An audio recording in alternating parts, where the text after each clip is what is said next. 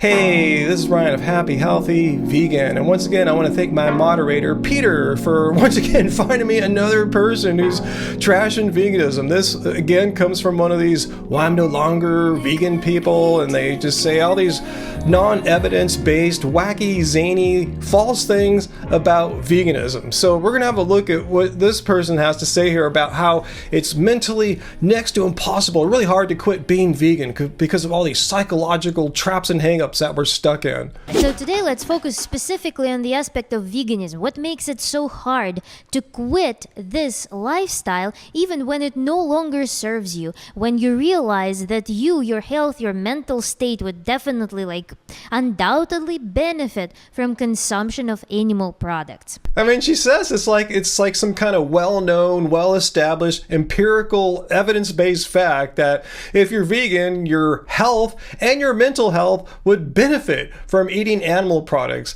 Well, this is an outrageous claim, and these extreme claims require extreme evidence rather than us just trusting you because you're so trustworthy. Let's discuss some common psychological traps. And the first trap is this time trap. You may think that if I quit veganism or raw veganism even more so, I will lose 3, 5, 7, 11 years worth of cleaning myself. Cleaning yourself? What in the world does that have to do with being vegan? I mean, all my red flags are going up because I've seen this kind of video ever since we started our channel back in 2013, and as my suspicions were confirmed by looking at her channel name, yeah, she's a failed raw vegan, raw form of life. On her about here, she says, I was on a calculated, balanced, raw vegan diet for over 3 years and documented my experiences. Then I discovered the importance of animal products and meat. I mean, on her time here on YouTube, she's made tons of videos proclaiming how awesome it is to be raw vegan, how it's nutritionally adequate, complete protein and minerals and everything. But now she's making videos about how vegan women lose their periods. It's like as if my vegan clock will reset after this consumption of animal products. So if I, for whatever reason, don't like it, if I try animal products and I don't like the result, I don't like how it feels, then I won't be able to go back to my pre-experiment point when I was a clean, immaculate, pure vegan, raw vegan for this many years. All right, so let me just stop it right here. All this talk about cleansing and purity and detoxing and stuff like that, that has absolutely nothing to do with being vegan. Has everything to do with being a raw foodist, but let's educate her in case she watches this video. And I'm not here to bag on you. I'm just showing how you're just wrong on pretty much everything you're saying about veganism. Veganism is a stance against animal cruelty and exploitation. It's about the animals. It's not about you.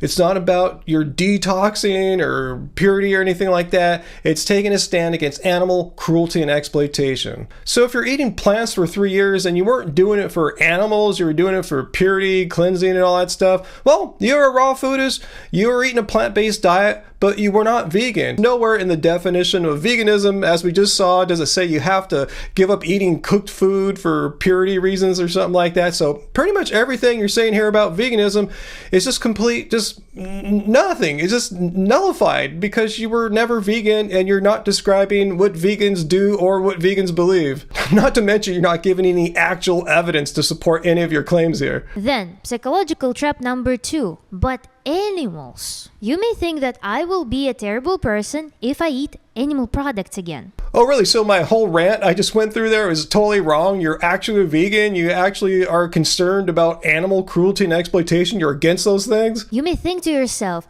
what is the value of my health if it requires animal abuse? And here you need to acknowledge a very important thing. First and foremost thing, if you understand that you are suffering with your health without animal products, but you make an effort to not consume them despite that fact, then let's name it accurately. You are engaging in deliberate self-harm. So I think I understand here. She didn't bring up animals because she's concerned about animal cruelty and exploitation. She's concerned about health. She seems to be saying here that if you are not eating animals, your health inevitably must suffer. You are engaging in deliberate self-harm. Really? So not eating animal products makes my health suffer, and I'm deliberately engaging in self-harm. Again, this is an extraordinary claim, and I'm not seeing any evidence, let alone extraordinary evidence, to support what you're saying here. So instead of you doing it, I'll be the one who brings evidence to support what I'm saying here, that eating a vegan diet is nutritionally adequate. It isn't self-harm like she's saying here. And again, don't take my opinion here.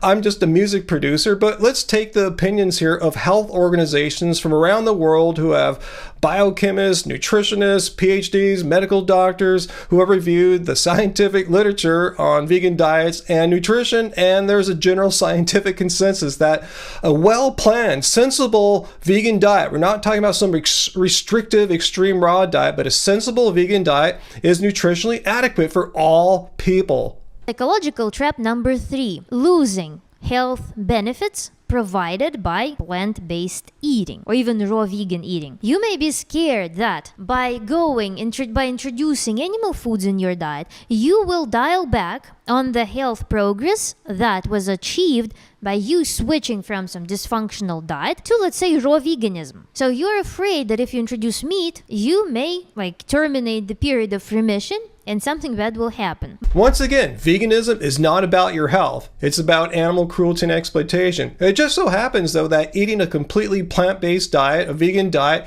is associated with some very positive health outcomes, such as a lower risk of cardiovascular disease and all-cause mortality, lower rates of diabetes. And there's a reason why cardiologists and oncologists recommend that their patients eat no or very little meat. And unlike meat, last time I checked, I've yet to still find any plants listed on the World Health Organization's list of carcinogens.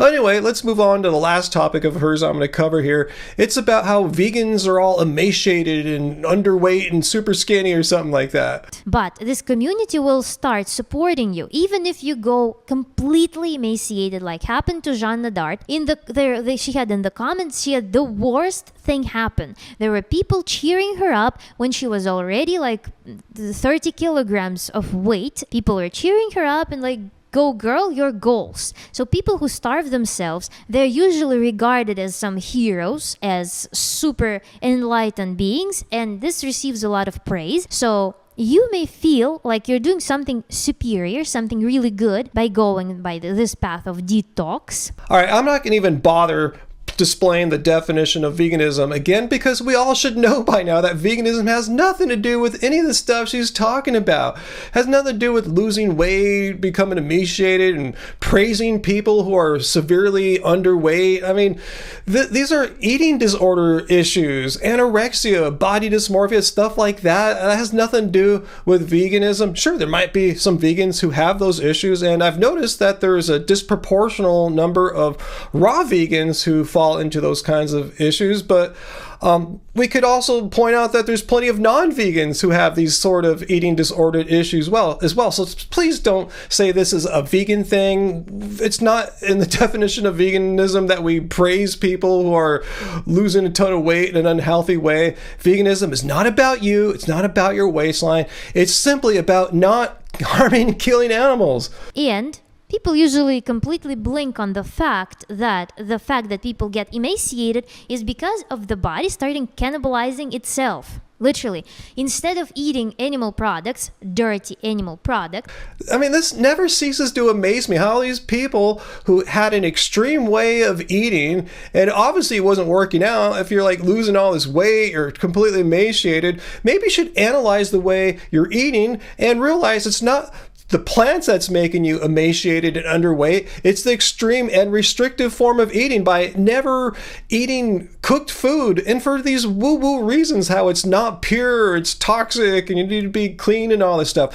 Why is it the next step when you realize that you're underweight and you're not healthy that, I must eat animal products? That's the missing link. No, I mean, just eat a balanced, sensible vegan diet. I understand how you can make that leap if you were ever vegan. If you ever had concerns about animal cruelty and exploitation, you would realize, I'm not going to eat animals. I'm going to try maybe eating a non-woo-woo wacky diet that is causing me to lose a bunch of weight. Yeah, it just doesn't make any sense. And I want to state right now, in case any raw foodists are still with me, I'm not saying raw food diets are wrong or bad. If it's working out for you, and I know many people who it's working out for them long term. They're healthy, they're strong, and everything's fine.